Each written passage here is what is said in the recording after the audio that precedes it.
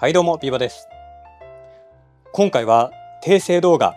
以前公開した動画でちょっと誤った情報を出してしまったので、そちらを訂正させていただきます。前回アップしたこちらの動画、小型水槽に紙アイテム見つけたという動画なんですが、この動画でこちらのクイック水替えポンプミニ、小型水槽用の水替えアイテムを紹介させていただきました。その動画の中でメーカーの想定しないカスタマイズとして、この先端のパーツを別の会社の苔取りパーツと取り替えて、ガラス面の苔を落としながら水替えできるんじゃないかという検証を行いました。その時使った商品はこのチョイスさんの苔取りゾウさんの先端パーツ、これに付け替えて実際にガラス面の苔を落とそうとしたんですけど、ちょっと苔取り能力低いかなというふうにお伝えをしました。この点を今回の動画で訂正して、この苔取りゾウさんの正しい性能をお伝えしたいと思います。まず先に謝っておきますね。チョイス様、誤った情報を出してしまって申し訳ございません。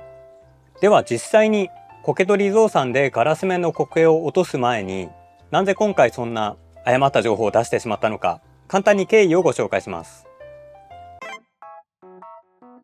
まずこちらがチョイスさんの苔取りゾウさん、こっちが苔取りゾウさんのフルパッケージというか本製品ですね。この伸縮するステンレスのパイプと、こちらの袋に入っている吸い込み口、大と小、それとステンレスパイプが入っています。苔取りゾウさんはその名前の通り苔を落とすためのアイテムです。このスクレーパー部分でガラス面の苔を落とすんですけど、なんとそれと同時に落とした苔を水槽の外へ吸い出すことができます。この一般的なエアチューブ、これをこの小さなステンレスパイプにつないで、エアチューブをステンレスパイプに通します。すると先端から出るので、スクレーパーパーツをつけてステンレスパイプにスクレーパーを装着。これで今スクレーパーのこの穴の部分、これがエアチューブとつながったことになります。あとはサイフォンの原理で水を排出しながらスクレーパーでガラス面の苔を落とす。そうするとここから吸われた苔が水槽の外へ排出される。これが苔取りゾウさんですね。さあ、ではなんで前回の動画で苔が落とせなかったのか。実は我が家にあるこの苔取りゾウさんのスクレーパー部分のパーツ、市場に出回ってない試作品です。なんでそんなの持ってるんだっていう話なんですけど、これも以前チョイスさんからご提供いただいた苔取りダー、その時に苔取りダーで落とした苔を一緒に吸い込めないかなっていうことで、苔落とし用の研磨を行っていない試作品を入れていただきました。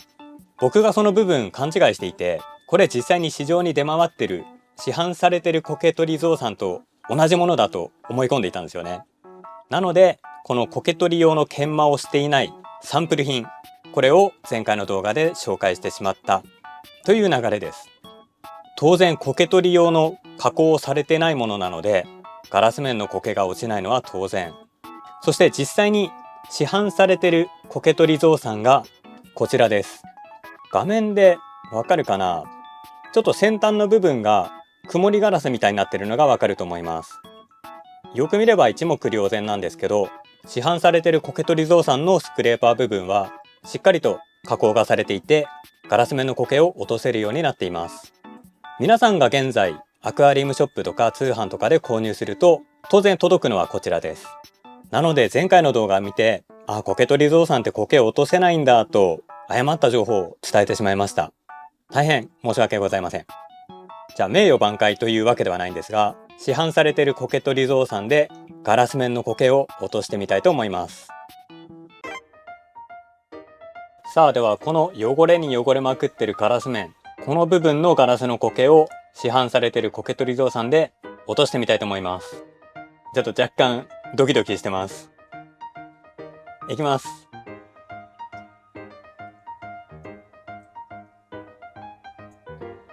これは全然いいですね。見てわかる通り、しっかり落ちますね。前回の動画では何回往復しても苔が残ったりしてたんですけど、苔取りゾウさんは全く問題なく苔落ちますね。ちょっとこの辺りの方が見やすいかもしれない。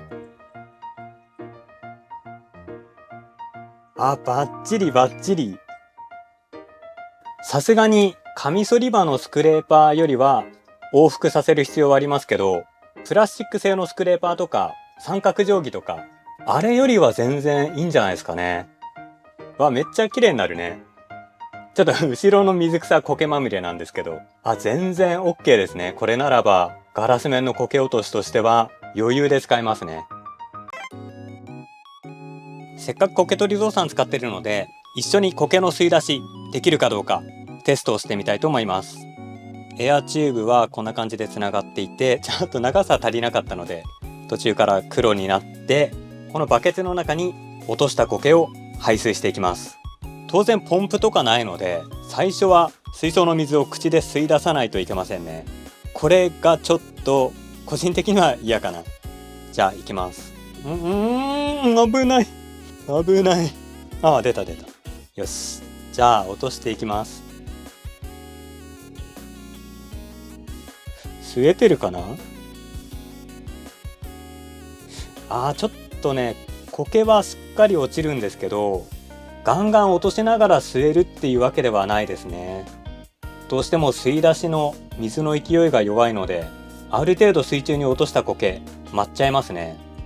通常のステンレススクレーパーみたいな勢いでこんな感じでやってると、落とした苔は水中に舞っちゃいます。これちょっと難しいな。じゃあせっかくなのでクイック水替えポンプミニとくっつけてやってみたいと思います。はい、こんな感じです。苔取りゾウさんのスクレーパーパーツはクイック水替えポンプミニのホースに挿すことができます。これで苔を落としながら、落とした苔と同時に水を排水する。しかもポンプなので水替えの指導がめちゃめちゃ楽。では行きます。苔はバッチリ落ちますね。そして吸い込みも水の勢いがあるので、結構いけますね。さすがにエアチューブより全然太いので流量が違う。これなら十分使えそうなレベル。ただやっぱりあんまりガシガシやったら苔は舞っちゃうので、なるべく苔を吸い出す意識はしないといけませんね。でもなんかほんと掃除機かけてるみたい。いいっすね。はい。映像でしっかり映るかどうかわかんないんですけど、ちょっとやってみますね。苔を落とすとそのまま吸い込んでくれる感じ。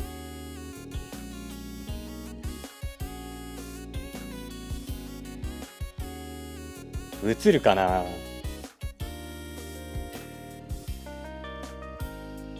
結構この落とした苔が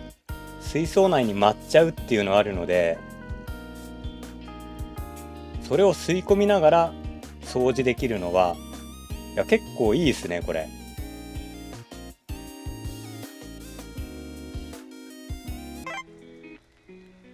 はい、というわけで今回は以前の動画で誤った情報を伝えてしまった苔取りゾウさんについて訂正をさせていただきました。市販されている苔取りゾウさんについては全く苔取り能力に問題はないです。これは今動画で見ていただいた通りです。実際に苔取りゾウさん単体でのレビューはする予定はないんですけど、実際に使ってみるとエアチューブで苔を吸い出すってのが個人的には難しかったです。なのでもしクイック水替えポンプミニ持ってる人はこんな感じで組み合わせて使うのもありかと思います。都合のいいことに苔取りゾウさん、この先端のヘッドパーツ、これが交換パーツとして単品で売っています。もしクイック水替えポンプミニ持ってる人はこちらの交換パーツだけ試しで買ってみるのもありかと思います。ただチョイスさんの製品めちゃめちゃ安いので、どちら買っても損はないかなと思います。この伸縮性のステンレスパイプ、これなんかね使えそうなんですよ。いろいろと中にエアチューブが通せて、しかもなんか連結できそうなパイプまでついてる。なんか自作心をくすぐるこのステンレスパイプ、結構伸ばした状態でもがっちりしてるし、当然ステンレス製なので錆とか腐食にも強い。普通にこれのカミソリ刃スクレーパーとかあれば使いやすそうですね。一応こちらのクイック水替えポンプミニと組み合わせる場合のデメリット、当然他社の製品組み合わせてるので使用感には若干不満はあります。使ってるとヘッド部分がグラグラしちゃったり、使う向きによってはヘッドがブレちゃったりします。ただこのポンプで排水が始動できるのはめっちゃ楽なので、持ってる人は試してみてください。一応今回紹介した苔取りゾウさんと交換パーツ、あとクイック水替えポンプミニについては下の動画説明欄に商品リンクを載せておきます。それでは今回の動画は以上です。今後もなるべく間違いのない情報で動画を作っていきたいと思いますので、温かい目で見守っていただけると嬉しいです。それではまた次の動画でお会いしましょう。ご視聴ありがとうございました。バイバイ。